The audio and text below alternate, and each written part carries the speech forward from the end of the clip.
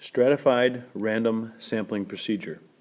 By definition, stratified random is a sample selected by first, and very important here, first classifying the population into groups of similar individuals, called strata.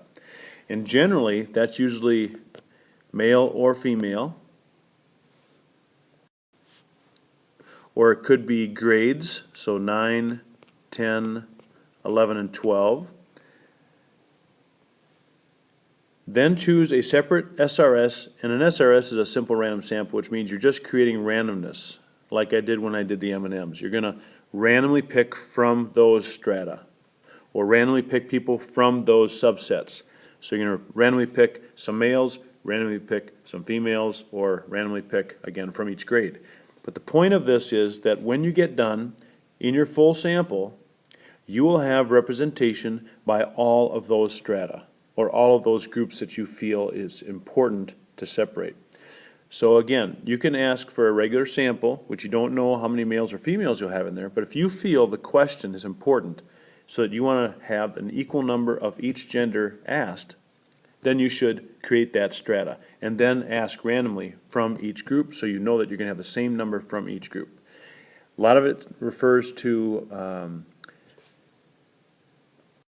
student council.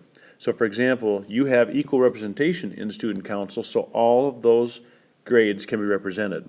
And that's kind of what you want to do. So if you want to talk about how did you like winter week or something like that, you don't want to just sample seniors because they'll have a certain perspective that the others won't. So you want to maybe take 5 from each grade, and then you get at least the whole high school represented in the survey.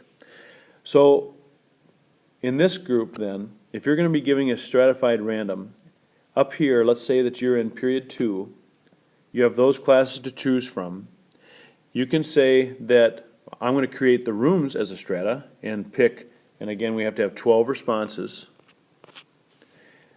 I'm going to pick 4 from each class, if that's enough of a strata.